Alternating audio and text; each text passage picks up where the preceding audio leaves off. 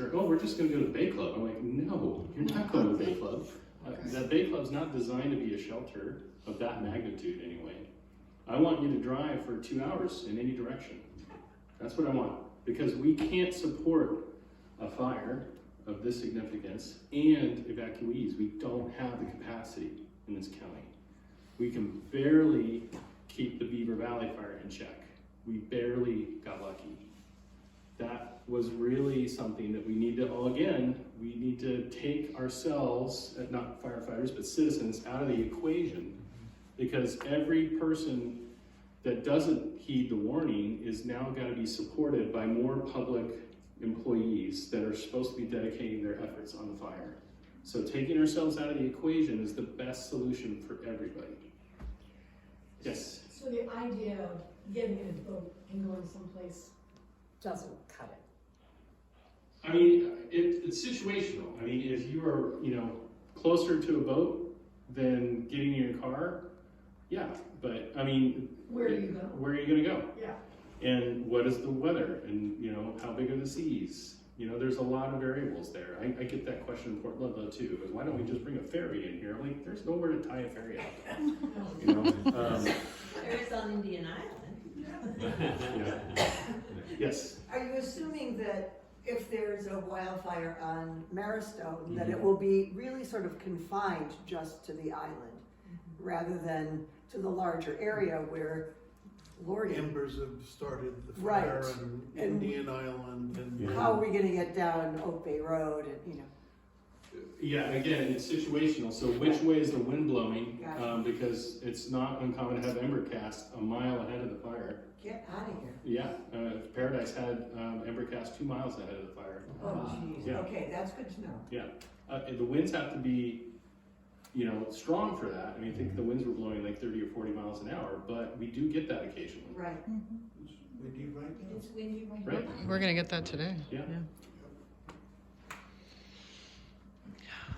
Okay, so these are some of the screenshots out of the CWPP. Some of the takeaways from the survey that some of you filled out. So this is where we kind of call ourselves out, call attention to our awareness needs to rise. We're in a vulnerable community that's fire prone, that previously we haven't been through a fire. Most of you have never been evacuated. Most of you have never seen a wildfire. That is a negative. I mean, you feel lucky, but it is also a negative as a community because you don't know what to expect, right? You don't know, you haven't lived through I'm glad you haven't lived through that, but also not having lived through that makes you more vulnerable because you don't have all the tools in the toolbox that are in your head of what's going to happen. So these are some of the tools you'll see in the plan of what you can do as communities. We have meetings like this all the time. I think this is my 20th of the year. Last weekend I was out in Blue Sky community over on the west side of Cape George. We want you to be prepared. We want you to help your neighbors be prepared. This is right out of Firewise, for those of you who've seen this. There are 3 zones, and they're all on our website. No, don't quote me as saying I want you to cut all your trees down. That is not what the fire chief said, okay? I do not want you to cut your trees down. I moved here because there's trees. There's no more in Yosemite. We burned them all up, okay? But I want you to clear them. I want you to clean them. I want you to clean up from the ground. I want you to interrupt this fuel ladder. This is what we call a fuel ladder, where you have the dry grass on the ground, lighting the shrubs, lighting the trees. I want you to interrupt that fuel ladder, okay? Create some nice clearance there. Again, why are we here? To increase our resilience. So now, do you feel a little bit more prepared than earlier? That's kind of the parting question to ask yourself. It is scary. This is a QR code that basically is everything back there on the table. If you want to take a picture, I'll leave it up here for a minute. It'll also be when I email this out, you can copy it there too.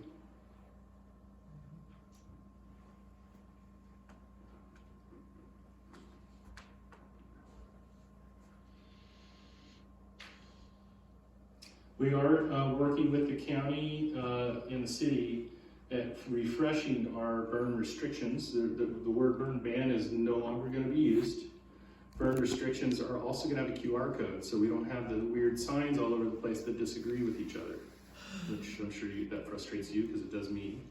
So there'll be a fire restrictions in place signs placed around with a QR code where you can click with your phone and just see what the restriction is right here, right now. Long overdue. These are the our resources. For the first time ever last week at the farmers market, we had DNR join us at our booth in the farmers market. We're really happy that they're partners with us now for this messaging, and we look forward to partnering with them more. You want, again, some really good information. Ready.gov has a ton of it. For a federal website, somebody spent a lot of time and money on that website, because every disaster scenario is on Ready.gov that you could possibly think of. Last couple Saturdays ago, May 4th, was Community Wildfire Preparedness Day, and that again is a call to action where all of you take a couple hours to clean around your home, but that's not where it stops. I want you to go to your neighbor's home and help them, especially if they have some disabilities, because that's really the exponential key to surviving as a community. It's not enough for your home to be prepared. It has to be systemic for it to really be impactful. That's my email address. If you have any questions, I answer my own email. And with that, I'll open it up to your questions now.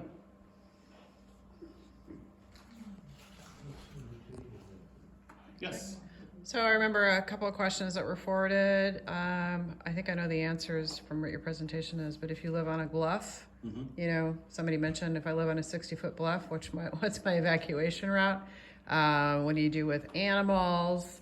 And is there an evacuation plan? And I think what I'm hearing is it's up to us to kind of know the plan A, B, and C for any situation, because you cannot provide us with an evacuation plan because you don't know where the fire is. Mm-hmm. The animals are really up to us because that's not your job. And then if you live on a bluff, you need to find somewhere safe, like you mentioned, a beach or a road or a gravel. Yeah. There's a little more to add to that. As part of the CWPP is not just an analysis, it's an analysis with recommendations, and that's the most important thing. So some of the takeaways that we asked as part of this advisory group is that the CWPP recommend developing countywide evacuation plans at least safe refuge areas. If we can't get on a road, this is what a safe refuge area would look like. The parade grounds up at the fort right after they've been mowed, or the campgrounds, because typically those are all gravel. Those would be examples of temporary safe refuge areas, right? So, but message that consistently throughout the community so that we identify them, more importantly, so that we can tell people where to go. Because your evacuation notice right now, if you all got a nixle this second, I'm not going to tell you where to go because I don't know where you are.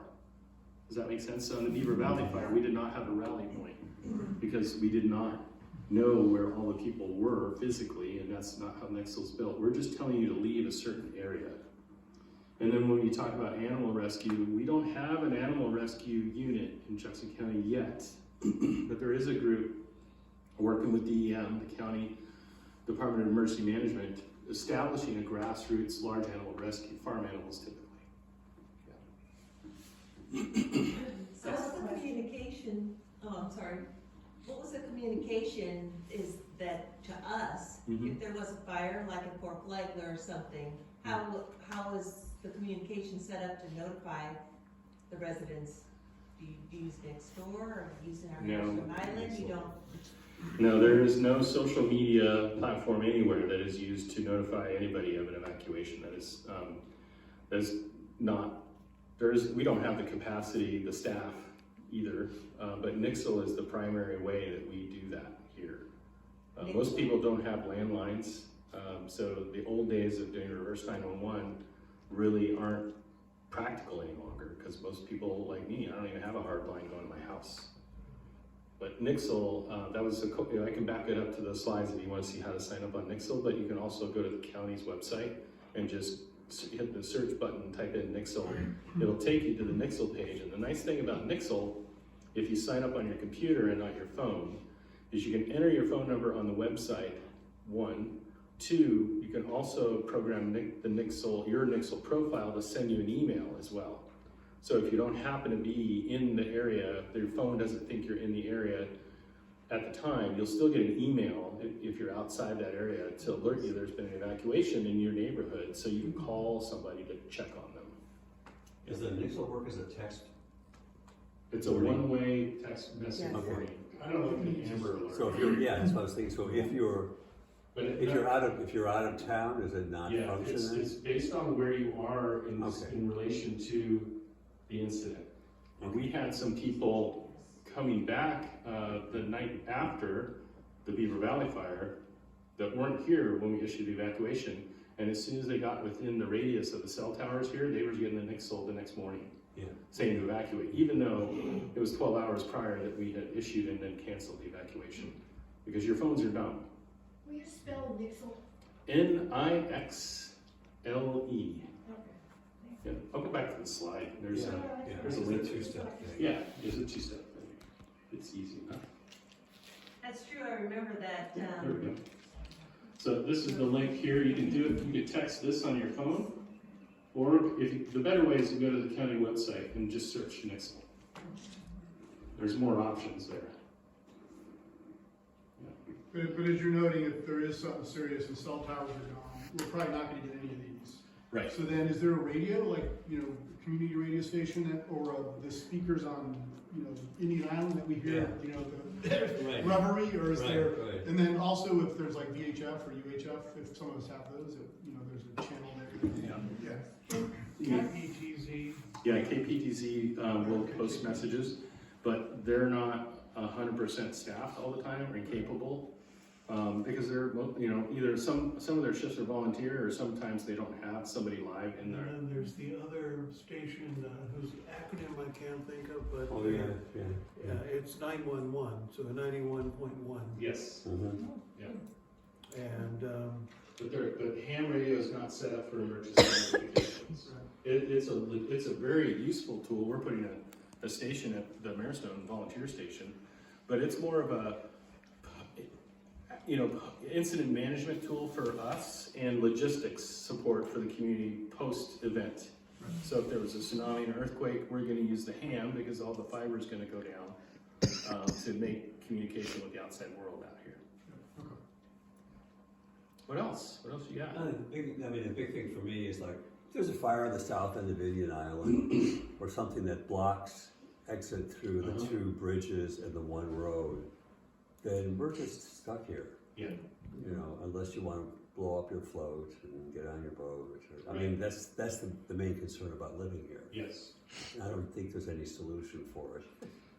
There's a lot of parts of the county that, although they're not on an island, are similar. I mean, I only have one road to my community, that's Paradise Bay Road, and last winter, a big old tree went across there, and it took them 6 hours to get that tree out of the way. And if somebody had a medical emergency down there, I would be doing CPR for 6 hours because there's no getting help past that. So, I mean, whether it's an actual island or a metaphorical island, I think that's what we love about Jefferson County living here is it's beautiful, it's remote, nice people, mostly, but it also comes at a cost where we need to be a little sturdier. I mean, if I was to go out in the parking lot and ask everyone to show me your go bag, right now, I know what I'm gonna find. None, right? Maybe one or two? I have a go bag. All right, good. Yeah, Mrs. Black has a go bag, I have now she does. It's missing a lot of those things. Yeah. But I mean, those are the kind of things, it's not gonna just happen when you're at home, it's also gonna happen when you're stuck on that stupid bridge and you can't get home, right? Yeah. Yes. So, my point is, and I'm not sure if it's part of your plan, Uh-huh. a dear friend of mine was involved in the Spokane fire last year, Oh, and all her house, mhm. they had minutes. We had engines out there. And their house burned down, their neighbors, the Sorry. neighbors lost everything, but the postman still was trying to deliver mail to an empty address. Wow. Is there something in place where you can, the post office holds mail until, I don't know. oh, okay. I'm sorry. I've never had that question before, but I could see that happening. Most people are very diligent. Yeah, it's interesting. Yeah. Yes. So this is probably a really ridiculous question. you're talking about in our area, you mentioned that there's cigarette butts. Well, not the lightning cause fire. Well, so what I'm saying is, a lot, we see it here on the island too. Carol and I are walkers, so we're always on the road, and it's a lot. Is there any way to have signage, saying, please do not toss cigarette butts out the window? Well, we do have no littering, and cigarettes are litter all over the county. We also have speed limit signs that get frequently ignored. So we do have signage. It doesn't mean people are going to listen. But there are other negligent acts that cause fires besides cigarettes, a lot of other acts. We talked about weed burners. Lawnmowers are really, I've seen some horrendous incidents with lawnmowers. Coming up in probably June, you shouldn't be mowing dead dry grass after 10 a.m. ever, because one little rock and a spark in that dead grass is going to spark the grass. So you got to be mindful of that. Fireworks. A big one I see is safety chains on trailers. Yeah, safety chains is a big one too. Yeah. Yeah, when you tow a trailer, you have to have the chains, and if they're not taut, they're going to drag on the ground and spray sparks. That's another one. So in that plan that we'll get the CWP, I mean, that also looks at things like, I got my barbecue on my deck, with my propane tank sitting there. Yep.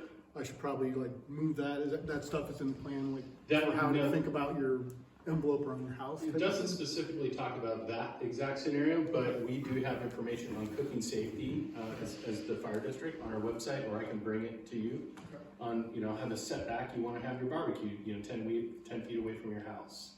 And your propane tank not right next to your barbecue unless it's secured, those kind of things. Right. Okay. What else? You guys are easy. That's it? Yes, sir. I know that there's other things to be mindful about for emergencies like earthquakes and things like that. Right. Do we have similar documents or plans like you've just described that are available for those types of things for planning as well?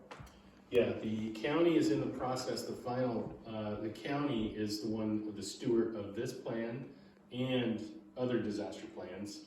So the hazard mitigation plan, HMP, is the county's child, if you will. And they update that every 5 years, I believe. And I think they're just about finished with the most recent update for that. If you get on their website and you Google HMP, you'll see their plan in draft form the last time I checked. But they collaborate with all of us to update our response capabilities and capacities and assets and all that. Yeah. Yes? Dead trees are a concern to me. And Dead trees concern me too? We have two in our yard right now that we need to take down, but there's also a property next to ours that's, the owner is around, but he's basically MIA. What's the best way to handle something like that? Have you call you and say, Chief, get on this guy? I mean, I don't know. You're always welcome to call me, but one thing that is not obvious, so I don't fault anybody for making this assumption, but I have no authority, and my wife reminds me of that every day. Okay? I have zero authority because the way that the WAC is set up, fire district is not the same as the fire department. Sounds similar, but I have fire commissioners. I have a fire board under Title 52 of the WAC. So I don't have the same authority, getting back to that A word, that a fire chief would have for, say, if there was a county fire department. That's under general law, and they can make you do stuff and arrest you if you don't do stuff. I can't do any of that. I can tell you how bad you're being and how unsafe you're being, but I can't make anybody do anything. So we're gonna have a fire marshal now? We have a fire marshal now. We've had a fire marshal for a long time. The county is the one that retains that word. Fire marshal is a legal term in the WAC and RCW. They're the ones that have the authority to issue citations, to make you stop doing unsafe behavior. I can ask you, and I'm pretty good at persuading you, but I can't make you do it. And more importantly, they can arrest people if they're doing something really dumb with fireworks or something else. Only a fire marshal can do that. And the county's had a fire marshal for a couple of years. Yes. So I have a question. I have an Airbnb next to me, Mm-hmm. and a number of years ago, we had a family come from Oregon, and they I thought you were decided. going to say California. No, Oregon. Can't trust them. They were just, well, we're from California. Anyway, yeah, so they came up from Oregon just for a vacation over 4th of July and decided to set off fireworks. Mhm. And I very nicely went over and said, hey, you know, we've got a band, fire band, first of all. Mhm. And he said, well, I'm setting them off into the Puget Sound. Yeah. And I said, no. But Mhm. who would I call? I didn't call anyone. He did stop. Yep. But who would you call the fire department, or do you call the marshal? Well, the first thing with anything that's unsafe, whether it's fireworks or a weed torch or whatever, if you think it's immediately dangerous, you should call 911, and then we'll decide. JeffCom is really on JeffCom's board too. Those dispatchers are really good at figuring out what is a 911 emergency and what is not.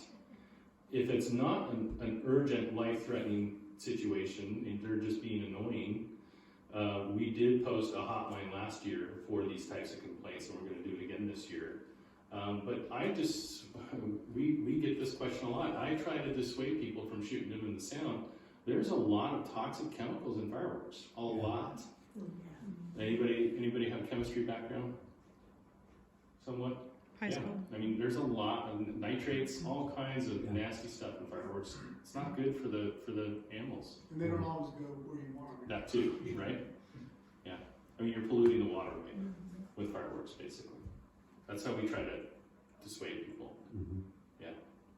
And I've seen some of the worst injuries from fireworks I've ever seen are from the safe and sane type.